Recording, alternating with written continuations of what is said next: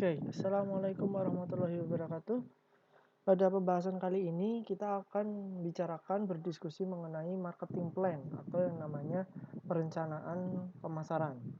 Pada pembahasan kali ini berbeda ya dengan yang namanya business plan atau perencanaan bisnis, tapi kita akan fokus pada yang namanya pemasaran seperti itu. Oke, lanjut. Nah, sebenarnya aspek pemasaran ini merupakan aspek yang sangat penting ya, karena aspek ini merupakan aspek yang menyangkut kegiatan awal proses pemasaran. Seperti yang sudah pada materi-materi di mata kuliah sebelumnya, bahwa yang namanya perencanaan ini khususnya adalah aspek yang paling vital. Karena apa? Karena aspek ini yang akan menentukan tujuannya apa sih dari sebuah kegiatan. Nah, dalam hal ini adalah pemasaran itu sendiri. Nah, pada praktik perencanaan pemasaran yang merupakan kegiatan yang dinamis atau selalu berubah-ubah, sehingga perencanaannya pun harus menyesuaikan dengan kondisi yang ada gitu. Maka dari itu aspek ini selalu dievaluasi setiap waktu apabila ada perusahaan yang menghendakinya. Pada suatu contoh adalah mungkin pada sebelum masa pandemi sekarang ini atau sebelum masa penyebaran virus corona, pemasaran itu bisa dilakukan secara direct gitu. Karena memang ada privilege tertentu yang bisa diperoleh dari pemasaran yang secara langsung face to face. Tapi karena adanya pandemi misalnya, oleh karena itu perencanaan itu harus cepat-cepat dirubah. Maka dari itu yang dinamakan namanya perencanaan pemasaran merupakan kegiatan yang sangat kontinu atau dinamis dalam hal ini. Nah, pada buku literatur pemasaran sendiri, definisi tentang perencanaan juga bermacam-macam. Teman-teman bisa terserah mau pakai literatur yang manapun untuk mendefinisikan terkait dengan yang namanya perencanaan pemasaran atau dari pemasaran itu sendiri. Nah, saya ambil di Sketchman, di mana menekankan pengertian tujuan daripada definisi perencanaan pemasaran itu sendiri. Kenapa? Seperti yang tadi sudah dibahas bahwa perencanaan pemasaran, khususnya di perencanaan ini, ya fokusnya ke tujuan gitu. Perencanaan dibuat itu untuk menentukan tujuan. Ketika tujuan sudah dibuat, maka akan berkembang menjadi cara-cara untuk mencapai tujuan tersebut. Nah, contohnya di sini. Menurut Sussman ya, is integrate and coordinate marketing resource untuk mengkoordinasi dan mengintegrasi dari berbagai macam sumber marketing dan juga usaha untuk mengakomodasi kebutuhan pasar ya, untuk mengconstrain dari eksternal, dari lingkungan eksternal sendiri, dari resource yang ada itu sebisa mungkin bisa mengakomodasi kebutuhan dari pasar di luar yang ada. Pada intinya adalah pemasaran, di definisi pemasaran kita ingin yang namanya kepuasan pelanggan itu, kebutuhan pelanggan itu terpenuhi dari usaha yang kita lakukan atau usaha dari sebuah perusahaan. Adapun Sofyan Asauri, perencanaan pemasaran ini merupakan perumusan usaha yang dilakukan dalam bidang pemasaran dan dengan menggunakan sumber daya yang ada dalam satu perusahaan guna untuk mencapai tujuan dan sasaran tertentu di bidang pemasaran yang pada suatu waktu tertentu dan di masa yang akan datang. Jadi pemasaran itu tidak hanya di masa sekarang tetapi juga di masa yang akan datang. Dan saya yakin ketika kita berbicara masalah pemasaran untuk waktu yang akan datang, saat ini khususnya di dalam kondisi pandemi ini banyak sekali perusahaan-perusahaan yang memeras otaknya ya, bagaimana mereka akan bisa bertahan di masa pandemi. Kalau teman-teman bisa melihat updatean-updatean ya, bahkan perusahaan sekelas KFC aja turun gunung seperti itu. Turun gunung untuk melakukan promosi kepada yang namanya pelanggannya seperti itu. Karena kalau tidak, padahal pemasaran itu ujung tombak. Ketika pemasaran itu tidak berkembang menyesuaikan keadaan, ya seperti yang kita lihat saat ini banyak sekali perusahaan-perusahaan yang di PHK. Padahal kita itu melihat perusahaan-perusahaan yang padat karya atau padat orangnya.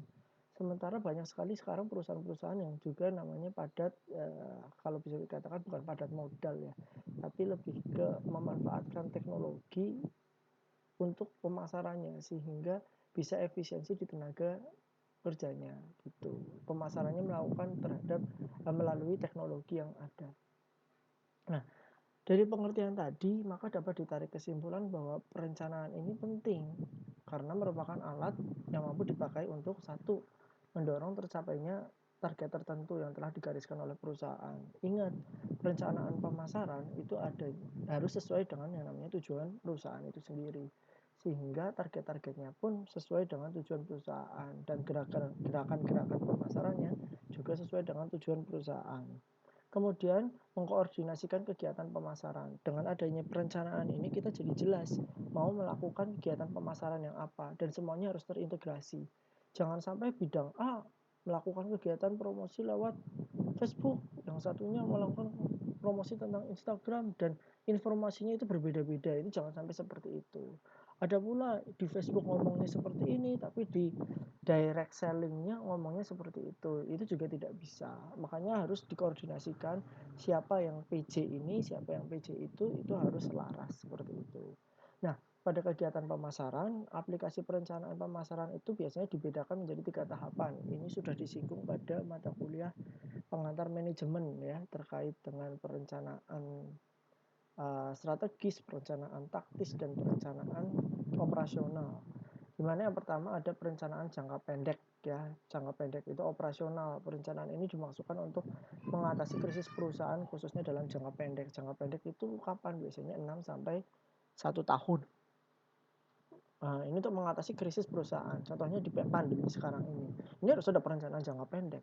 Karena ini mendadak sekali pemerintah memberlakukan PSBB atau semi lockdown lah. Nah, ini perusahaan-perusahaan yang bergerak di bidang penjualan produk barang maupun jasa, khususnya di bidang pertanian, agribisnis, ini harus bisa mengatasi krisis seperti sekarang ini gitu.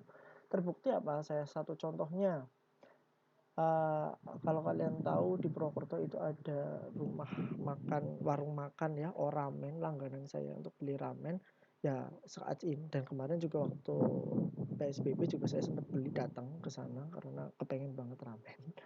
Nah, dia memberlakukan tetap buka, Mas, tapi kita buka hanya sekedar untuk datang, pesan, kita bawa pulang, tidak ada makanan di situ. Dan juga di Instagramnya pun masif, tetap bisa memesan ramen secara pesanan, walaupun sebelumnya memang sudah ada GoFood ya, tapi ini lebih gencar lagi untuk melakukan promosi di bidang tersebut. Nah, ini dinamis sekali, karena kalau nggak seperti itu, wow, itu bisa lama-lama bisa tutup karena tidak ada pelanggan yang datang, seperti itu.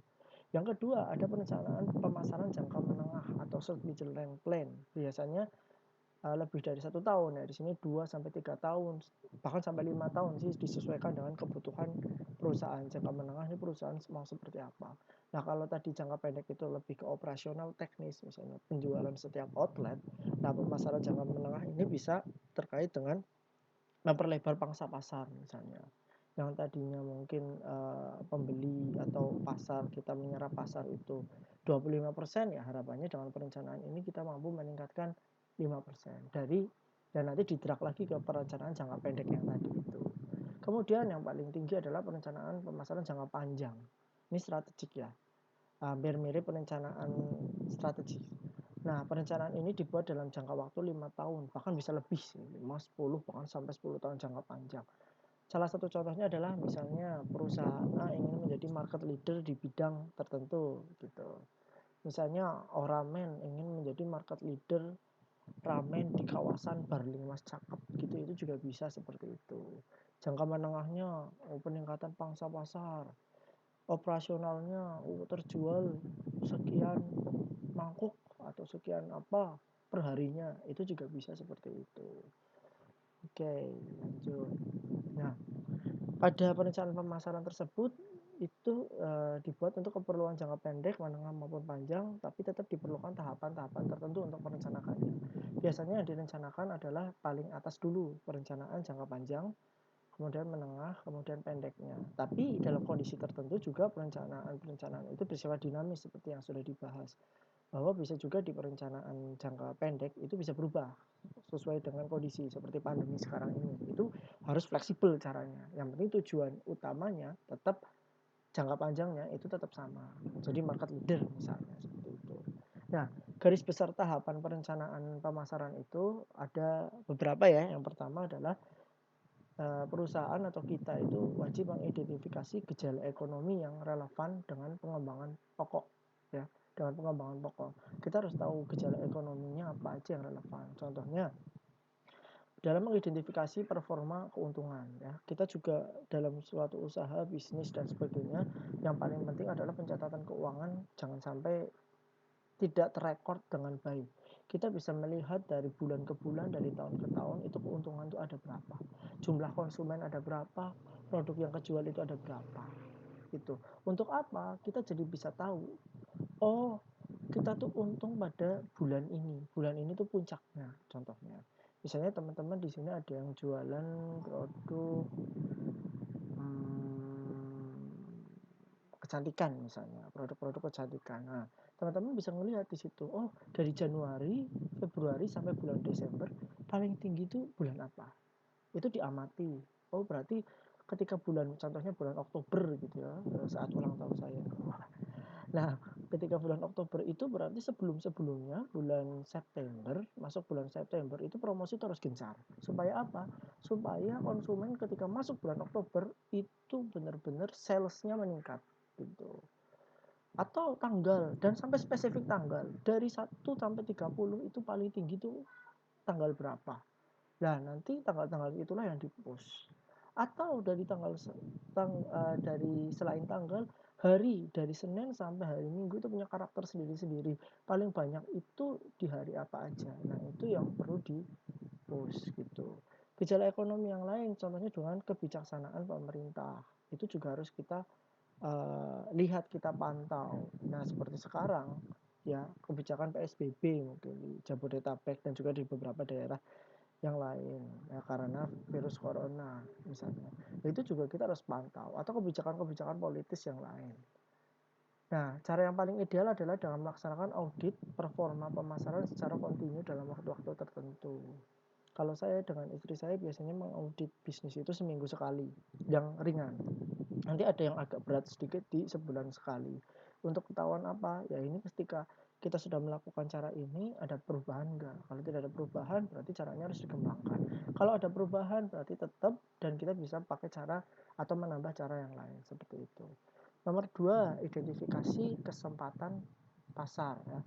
Ini pekerjaan ini penting karena mencari pasar ya, mencari dan memanfaatkan kesempatan pasar adalah tugas utama. Ya harus cari peluang-peluang pasar. Pada musim seperti ini, PSBB, semi lockdown seperti ini sebenarnya banyak banyak produk-produk yang mungkin jatuh secara penjualan. Contohnya fashion. Fashion itu termasuk yang agak turun penjualannya. Tapi ada beberapa produk-produk yang meningkat misalnya, mungkin bisa di-push di bagian itu. Contohnya produk-produk apa? Satu produk-produk, ada 10 produk yang saya tahu, produk-produk baik barang maupun jasa yang naik. Salah satunya justru di produk pangan. Di produk pangan itu sedang naik dan disandingkan dengan produk delivery service atau kita sering dengar yang namanya delivery order lah, itu si GoFood sama GrabFood dan sebagainya. Itu sedang meningkat dan sekarang mulai bermunculan deliveryan yang lain gitu, yang cita rasa lokal itu banyak. Nah, kita harus melihat kesempatan-kesempatan itu. Nah, saya pun lihat di WhatsApp grup ibu saya itu, di grup takmir masjid lah, di grup RT, di grup apa itu mulai bermunculan ibu-ibu dodolan kabeh gitu. Ibu-ibu pada dodolan kabeh. Nah, itu menurut saya adalah mengidentifikasi kesempatan pasar. Ada pasar di situ. Orang malas keluar karena ya ribet ya pakai masker dan sebagainya, enaknya diantar gitu. Itu adalah salah satu bentuk kesempatan pasar. Kemudian ketiga yaitu penetapan tujuan pemasaran. Nah, dalam identifikasi dan penetapan tujuan pemasaran, manajer pemasaran ya harus berhati-hati dan cermat dalam menentukan tujuan perusahaan. Nah, biasanya penetapan tujuan dilakukan mereka yang berada di manajemen puncak. Hal ini karena perencanaan pemasaran erat dengan taktik, strategi, dan kebijaksanaan perusahaan. Nah, tujuan pemasaran itu harus selaras dengan tujuan perusahaan mau apa. Perusahaan mau jadi market leader, atau perusahaan mungkin kedepannya justru malah mau ekspansi ke luar negeri, atau mungkin inklusif di dalam, memperkuat di dalam, ya itu tergantung. Nah, nanti praktik strategi pemasarannya itu menyesuaikan dari tujuan perusahaan seperti itu. Nomor 4, ada evaluasi dari berbagai alternatif perencanaan. Ingat ya, dalam perencanaan itu kita nggak boleh hanya plan A, ada plan B, plan C, dan sebagainya. Ada berbagai macam skenario. Bahkan di pemerintah kita itu dibuat namanya skenario. Skenario apa dalam pertanian misalnya, dalam Kementerian Pertanian ya, kalau kita mau swasembada atau mau membuat kebijakan tertentu, ekspor, impor atau apa, itu tetap ada skenario. Skenario-nya apa? Biasanya skenario pesimis. Pesimis itu yang jelek ya, yang ya jelek-jeleknya. Paling jelek itu berapa gitu. Kemudian normalnya gimana?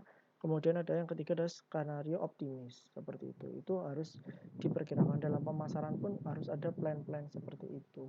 Kira-kira plan A ini bisa optimal enggak lah, dari berbagai plan ini trial and error ya nanti untuk mengevaluasi apakah yang paling bagus yang A, B, atau C, atau justru malah kombinasi A dengan B, kombinasi B dengan C, atau seperti apa.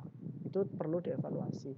Research and development di bagian pemasaran juga perlu dikembangkan. Nomor 5, menetapkan perencanaan yang optimal. Nah, pada perencanaan tahap ini dirancang secara tertulis maupun tidak tertulis, karena perencanaan optimal biasanya diketahui setelah berbagai kombinasi dilakukan. Ya, tadi yang direncanakan apa saja, eksekusi nanti kita bisa menemukan formulanya tersendiri seperti itu. Dan jangan pikir ya, mungkin teman-teman kalau ngeliat ada yang di TV melakukan pengiklanan, itu bisa juga sedang riset. Sebenarnya iklan ini, ketika dengan iklan ini banyak nggak sih closingnya atau engagementnya dan sebagainya. Itu bisa juga tahap permulaan juga bisa kayak gitu. Pernah ya, masih ingat dengan pembahasan kita terkait dengan Tokopedia, Bukalapak, dan Shopee yang terkait dengan membakar uang ya. Nah, di situ banyak kegiatan perencanaan yang kombinasinya dievaluasi ya, nanti akan menemukan siapa pemenangnya dari tiga ini. Oke, selanjutnya. Nah, pada perusahaan-perusahaan besar, bahkan yang kecil sekalipun, mempunyai cara tersendiri dalam mendesain perencanaan di perusahaan itu ya. Walaupun mereka menyadari bahwa aspek ini sangat penting. Contohnya di Jepang, untuk perencanaannya biasanya dapat dari saran-saran bawahannya. Nah, ini karena tapi nanti pada akhirnya keputusannya itu ada pada top manajemennya. Hal ini dapat dimengerti karena adanya kuatnya peranan kelompok dalam gaya manajemen Jepang. Tetap dari bawah, bottom up planning, tapi eksekutornya untuk pihak kebijakannya diketok itu ada di pimpinan. Dan memang rata-rata untuk kebijakan jangka panjang, kebijakan strategis, kebijakan tujuan perusahaan memang diambil oleh manajemen puncak sih yang kebanyakan. Cuma bagusnya adalah ketika mendengarkan saran-saran dari bawahan supaya apa strateginya nanti bisa diimplementasikan di bawahan. Perlu diketahui juga atau perlu digarisbawahi juga bahwa perencanaan yang baik karena disebabkan oleh adanya informasi atau data yang baik. Perencanaan pemasaran pada khususnya itu perlu banget yang namanya riset pemasaran. Tanpa riset pemasaran, saya pikir akan menghabiskan banyak uang gitu, seperti itu. Karena apa? Karena udah melakukan eksekusi pemasaran tapi salah gitu ya, salah, nggak tepat sasaran dan sebagainya. Oke,